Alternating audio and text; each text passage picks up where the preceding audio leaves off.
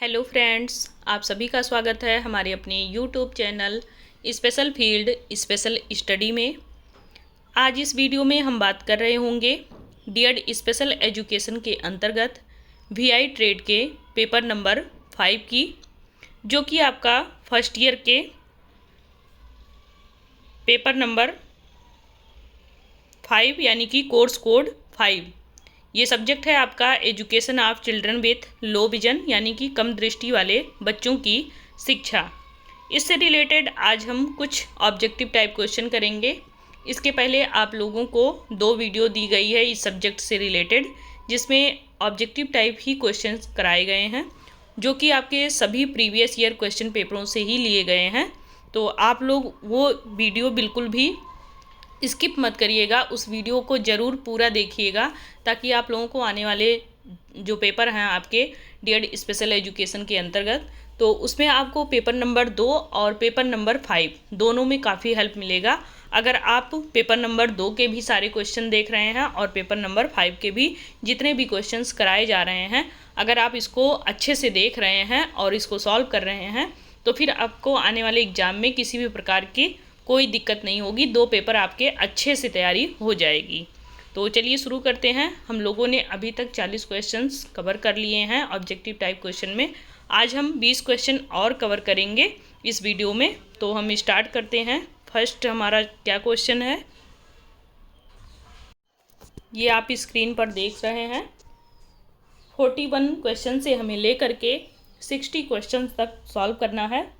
तो हमारा 41 क्वेश्चन है कि कम दृष्टि वाले बच्चों के लिए आवर्धन का प्राथमिक उद्देश्य क्या है।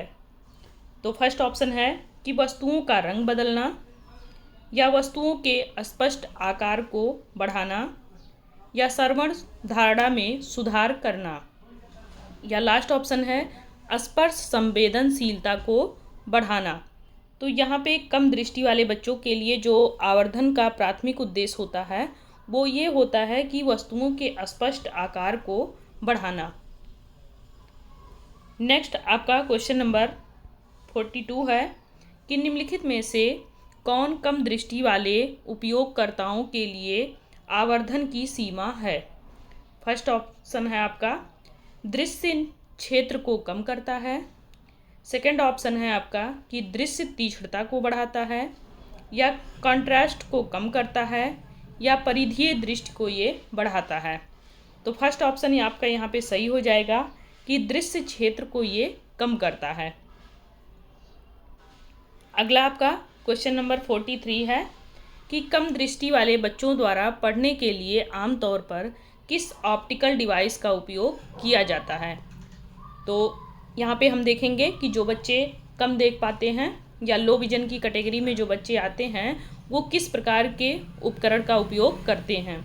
तो फर्स्ट है दूरबीन का उपयोग करते हैं, या फिर आवर्धक ग्लास का, या फिर दूरदर्शी का, या नाइट विजन गॉगल्स का। तो आप लोग जानते हैं दूरबीन जो है वो दूर की वस्तुओं को देखने के लिए प्रयोग किया जाता है, और ये कोई जो बच्चा कम देख पाता हो उसके लिए तो बिल्कुल भी नहीं होता है। दूरदर्शी ये भी बच्चे बिल्कुल भी नहीं इसका उपयोग करते हैं। आवर्धक ग्लास ये आपका सही है, क्योंकि कॉन्टेक्ट लेंसों के माध्यम से ही बच्चों के जब वो कम देख पाते हैं तो उनमें उनको देखने की अच्छी सुविधा दी जाती है, उनको कॉन्टेक्ट लेंसों के माध्यम से। बाकी नाइट विजन गॉगल्स ये आपका यहाँ पे गलत हो जाएगा। ऐसा कुछ करने से आप बच्चों को अच्छे से स्पष्ट रूप से नहीं दिखा सकते हैं, कोई भी चीज़ नहीं अच्छे से वो देख पाएंगे। नेक्स्ट है क्वेश्चन नंबर 44 कि कम दृष्टि वाले बच्चों के लिए ऑप्टिकल डिवाइस का चयन करते समय कौन सा कारक सबसे महत्वपूर्ण होता है, सबसे कम महत्वपूर्ण होता है। तो ऑप्शन है कि बच्चे की दृश्य तीक्ष्णता, या फिर बच्चे का पसंदीदा रंग, या फिर वह विशिष्ट कार्य जिसके लिए डिवाइस का उपयोग किया जाएगा, या डिवाइस की पोर्टेबिलिटी। तो यहाँ पे आपका कम दृष्टि वाले बच्चों के लिए ऑप्टिकल डिवाइस का चयन करते समय जो सबसे कम महत्वपूर्ण होता है वो ये होता है कि बच्चे का पसंदीदा रंग, क्योंकि बच्चे के हिसाब से वो अगर कलर वहाँ पे चूज करता है, तो उसके लिए ये ऑप्शन नहीं बनता है वहाँ पे सही, क्योंकि बच्चे के लिए जो सही होता है वही सारी चीज़ें उसको प्रोवाइड की जाती हैं।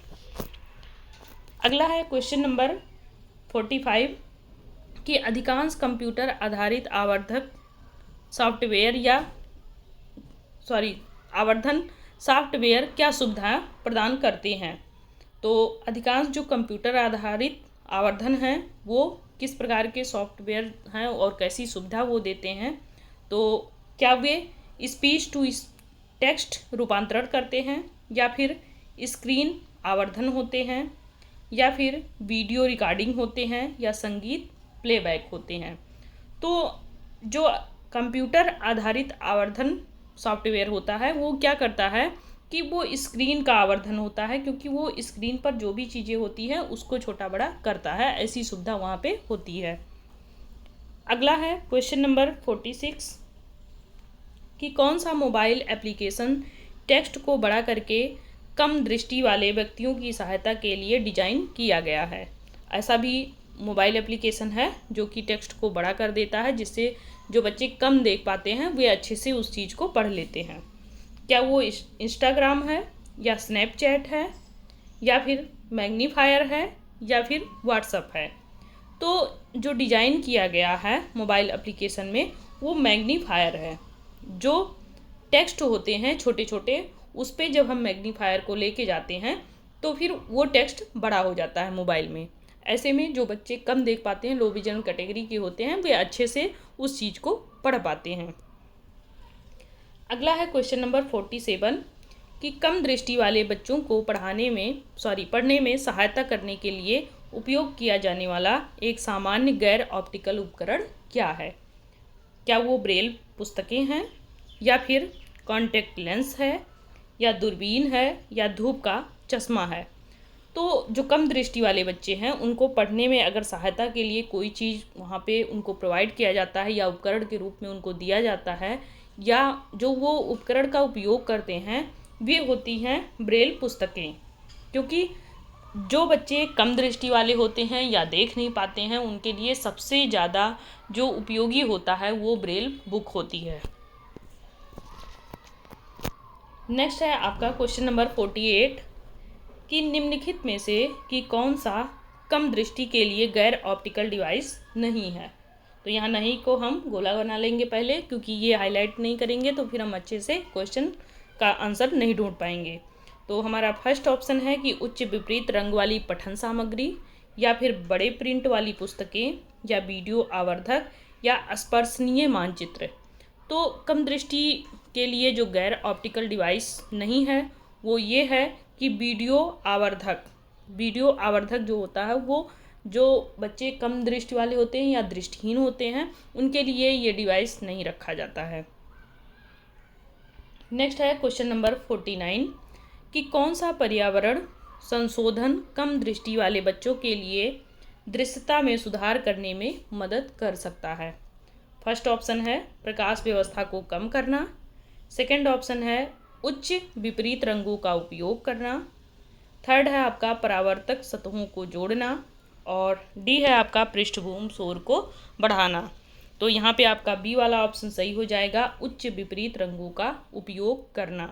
क्योंकि पर्यावरण संशोधन जो होता है वो कम दृष्टि वाले बच्चों के लिए जो उनके दृश्यता में सुधार किया जाता है वो इसीलिए किया जाता है कि वे जो वहाँ पे रंग हैं उनका अच्छे से अपनी आँखों के प्रति कितना वो संवेदनशील हैं, कितनी शीतलता प्रदान कर रहे हैं, वो सभी अच्छे से वो अपने आँखों के देखने में वो प्रयोग कर सकें।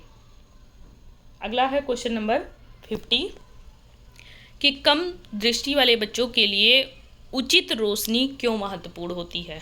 ये तो आप लोगों को वैसे ही पता होगा कि ये जो रोशनी प्रदान की जाती है बच्चों को ज़्यादा से ज़्यादा, कि बच्चे कक्ष में बैठे हैं ऐसी व्यवस्था की जाए, ज़्यादा रोशनी उनको दी जाए ताकि वे बच्चे जोड़ ना दे पाएँ अपनी आँखों पे। क्योंकि जब वो बच्चे अपने आँखों पे जोर देंगे, दबाव डालेंगे देखने के लिए, तो इससे उनको और भी दिक्कतें आएंगी। तो चलिए ऑप्शन देख लेते हैं पहले। क्या ये रंग धारणा को बढ़ाता है, या फिर बी ऑप्शन है या सहायक उपकरणों की सहायता को कम करता है, या फिर यह उनकी सर्वर क्षमताओं में सुधार करता है। लास्ट है, क्या यह आँखों के तनाव और थकान को कम करता है। तो ये आपका ऑप्शन नंबर डी सही हो जाएगा, क्योंकि जब ज़्यादा रोशनी रहेगी तो बच्चे अपने आँख पे जोर नहीं देंगे, इससे उनको तनाव नहीं होगा, थकान भी नहीं होगी। अगला है क्वेश्चन नंबर 51 कि बड़े प्रिंट सामग्री का उपयोग करने का प्राथमिक लाभ क्या है। तो फर्स्ट ऑप्शन है, वे अधिक टिकाऊ होते हैं, या फिर वे कम महंगे होते हैं, या वे आवर्धन की आवश्यकता को कम करते हैं, वे समझ में सुधार करते हैं। तो जब बड़े प्रिंट वाली सामग्री या बड़े प्रिंट वाली बुक या इनलार्ज बुक जो होती है, वो जब हम बच्चों को प्रोवाइड करते हैं तो इससे क्या होता है, बच्चे अपने आँखों पे जोर नहीं देते हैं, उन्हें तनाव नहीं होती है, थकान नहीं होता है। या फिर जो मैग्नीफायर के द्वारा जूम कर करके वो पढ़ते हैं, या फिर लेंस का प्रयोग करते हैं जिसके माध्यम से वो जूम करके देखते हैं, तो ये सारी चीज़ें वहाँ पे थोड़ा सा कम हो जाती हैं, बच्चों को उनकी आवश्यकता कम लगती है। तो इससे आवर्धन की आवश्यकता उन्हें कम हो जाती है, उसका उन्हें ज़रूरत ज़्यादा नहीं पड़ता है। अगला है क्वेश्चन नंबर 52 कि कंट्रास्ट वृद्धि निम्नलिखित द्वारा प्राप्त की जा सकती है। तो कंट्रास्ट जो वृद्धि है ये किसके द्वारा प्राप्त की जा सकती है। क्या मंद प्रकाश का उपयोग करना, या फिर नीला फिल्टर लगाना, या सफ़ेद पृष्ठभूमि पर काला पाठ उपयोग करना, या हरे रंग की पृष्ठभूमि पर लाल पाठ उपयोग करना। तो ऑप्शन नंबर सी सही हो जाएगा, सफ़ेद पृष्ठभूमि पर काला पाठ उपयोग करना। क्योंकि जो कंट्रास्ट होती है, यानी कि सफ़ेद पर अगर आप सफ़ेद से लिखेंगे तो आपको अच्छे से नहीं दिखेगा, सफ़ेद पे आप काला लिखेंगे तो आपको अच्छे से दिखेगा, या काले पे आप सफ़ेद से लिखेंगे तो आपको अच्छे से दिखेगा। नेक्स्ट है क्वेश्चन नंबर 53 कि सीसीटीवी क्लोज्ड सर्किट टेलीविज़न किस प्रकार का आवर्धन प्रदान करता है। क्या ये ऑप्टिकल आवर्धन है, या इलेक्ट्रॉनिक आवर्धन है, या आभासी आवर्धन है, या इनमें से कोई भी नहीं है। तो यहाँ पे आपका ऑप्शन नंबर बी सही हो जाएगा। आप लोग जानते ही हैं सीसीटीवी एक इलेक्ट्रॉनिक आवर्धन होता है। नेक्स्ट क्वेश्चन नंबर 54 है कि निम्नलिखित में से कौन सा उपकरण पढ़ने के लिए आवर्धन और बढ़ी हुई रोशनी दोनों प्रदान कर सकता है। तो फर्स्ट ऑप्शन है कि प्रकाश के साथ हाथ में पकड़ने वाला आवर्धक, या मानक पढ़ने का चश्मा, या दूरबीन लेंस, या ऑडियो पुस्तकें। तो इसमें से ऑप्शन नंबर ए आपका सही हो जाएगा, प्रकाश के साथ हाथ में पकड़ने वाला आवर्धक। नेक्स्ट है क्वेश्चन नंबर 55 कि स्क्रीन रीडर किस प्रकार की दृष्टि हानि वाले बच्चों के लिए विशेष रूप से उपयोगी है। तो फर्स्ट ऑप्शन है पूर्ण अंधापन, या कम दृष्टि, या रंग अंधापन, या रतौंधी। तो यहाँ पे आपका स्क्रीन रीडर जो है वो किसके लिए विशेष रूप से उपयोगी होता है। तो आप जानते ही हैं कि जो बच्चे कम देख पाते हैं, जिनकी दृष्टि कम होती है। नेक्स्ट क्वेश्चन नंबर 56 है कि सार्वजनिक स्थानों पर स्पर्शनीय फर्श का मुख्य उद्देश्य क्या है। पहला ऑप्शन है सौंदर्य अपील को बढ़ाने के लिए, दूसरा है दृष्टिबाधित व्यक्तियों के लिए नेविगेशन संबंधी जानकारी प्रदान करना, या तीसरा है ध्वनि प्रदूषण को कम करना, या चौथा है गंदगी को रोकना। तो ऑप्शन नंबर यहाँ पे बी सही हो जाएगा, दृष्टिबाधित व्यक्तियों के लिए नेविगेशन संबंधी जानकारी प्रदान करना। नेक्स्ट क्वेश्चन नंबर 57 है कि मोबाइल आधारित आवर्धन ऐप के प्रभावी होने के लिए कौन सी विशेषता आवश्यक है। फर्स्ट ऑप्शन है उच्च रिजॉल्यूशन कैमरा, या फिर बड़ी भंडारण क्षमता, या सोशल मीडिया एकीकरण, या फिटनेस ट्रैकिंग। तो यहाँ पे मोबाइल आधारित जो आवर्धन ऐप है ये प्रभावी होने के लिए जो विशेष आवश्यकता पड़ती है वो उच्च रिजॉल्यूशन कैमरा होता है। नेक्स्ट क्वेश्चन नंबर 58 कि कम दृष्टि वाले बच्चों के लिए कक्षाओं में एक सामान्य अनुकूलन है। तो कम दृष्टि वाले बच्चों के लिए किस प्रकार का कक्षा कक्ष बनाया जाए उनके लिए जो अनुकूल रहे। तो फर्स्ट ऑप्शन है व्हाइट बोर्ड के बजाय ब्लैक बोर्ड का उपयोग करना, या सभी विषयों के लिए ऑडियो पुस्तकें प्रदान करना, या फिर बच्चे को बोर्ड के करीब बैठने की अनुमति देना, या मंद परिवेश प्रकाश का उपयोग करना। तो फर्स्ट ऑप्शन जो व्हाइट बोर्ड के बजाय ब्लैक बोर्ड का उपयोग करें तो इस बच्चे को जब कम दिखेगा तो इससे ये ऑप्शन गलत हो जाएगा। सभी विषयों के लिए ऑडियो पुस्तकें नहीं इस्तेमाल कर सकते हैं, कुछ बच्चे को स्वयं से करने के लिए भी दिया जाता है। बच्चे को बोर्ड के करीब बैठने की अनुमति देना चाहिए। अगर बच्चे को अच्छे से देख नहीं रहा है तो बच्चे को आप आगे बिठा सकते हैं, तो ये ऑप्शन सही हो जाएगा। बाकी मंद परिवेश प्रकाश का उपयोग करना तो ये गलत हो जाएगा। बच्चे को उचित प्रकाश की आवश्यकता होती है कक्ष में। नेक्स्ट क्वेश्चन नंबर 59 है कि कम दृष्टि सहायता में फिल्टर का उपयोग करने का उद्देश्य क्या है? क्या वो रंग दृष्टि को बढ़ाने के लिए होता है, या फिर चकाचौंध को कम करने और कंट्रास्ट को बेहतर बनाने के लिए होता है, या वस्तुओं को बड़ा करने के लिए, या श्रवण प्रतिक्रिया प्रदान करने के लिए? तो यहाँ पे ऑप्शन नंबर बी सही हो जाएगा कि कम दृष्टि सहायता में फिल्टर का जो उपयोग करने का उद्देश्य होता है कि चकाचौंध को वो कम कर दे और वो कॉन्ट्रास्ट को बेहतर बना दे। जो चीज़ें ब्लैक बोर्ड पे लिखी हुई हैं वो अच्छे से बच्चे को दिखे। तो ऑप्शन नंबर बी आपका यहाँ पे सही हो जाएगा। अगला हमारा लास्ट क्वेश्चन है इस वीडियो का, क्वेश्चन नंबर 60 कि कम दृष्टि वाले बच्चों के लिए बड़े प्रिंट सामग्री का उपयोग करते समय कौन सा कारक सबसे महत्वपूर्ण है? यानी कि इनलार्ज बुक जब हम उपयोग करते हैं तो सबसे ज़्यादा वहाँ पे क्या महत्वपूर्ण हो सकता है? क्या वो फॉन्ट शैली और आकार, या फिर कागज़ की गुणवत्ता, या पुस्तक बाइंडिंग, या लेखक की लोकप्रियता? तो यहाँ पे मैं बता दूँ, लेखक की लोकप्रियता का कोई मतलब नहीं है, पुस्तक बाइंडिंग से भी कोई मतलब नहीं है, कागज़ की गुणवत्ता का भी यहाँ पे कोई मतलब नहीं होता है, बल्कि फॉन्ट शैली कैसी है, आकार कितना बड़ा है, ये यहाँ पे डिपेंड करता है, जिससे बच्चे अच्छे से देख के पढ़ सकें। तो इस वीडियो में आपको 60 क्वेश्चंस कंप्लीट करा दिए गए हैं। अगर आपने पिछली वीडियो नहीं देखी है तो आप लोग जल्द से जल्द वो सारे वीडियो देख लें, ताकि आप लोगों को आने वाले एग्ज़ाम में किसी भी प्रकार से कोई भी परेशानी का सामना ना करना पड़े। यदि आप लोगों को सारे क्वेश्चन समझ में आ रहे हैं तो कमेंट बॉक्स में ज़रूर लिखें। अगर नहीं भी समझ में आ रहे हैं या कोई और क्वेश्चंस है तो आप लोग अपने कमेंट बॉक्स में भी उसको डाल सकते हैं और मैं देख करके उसका जवाब भी दूंगी। तब तक के लिए आप लोग ये सारे क्वेश्चंस को एंजॉय के साथ में पढ़िए और तैयारी करते रहिए, ताकि 20 जून से आप लोगों का पेपर है तो आप लोगों को किसी भी प्रकार से कोई समस्या ना हो। तब तक के लिए बहुत बहुत धन्यवाद। वीडियो अच्छी लगे तो लाइक करें, सब्सक्राइब करें और शेयर भी करें।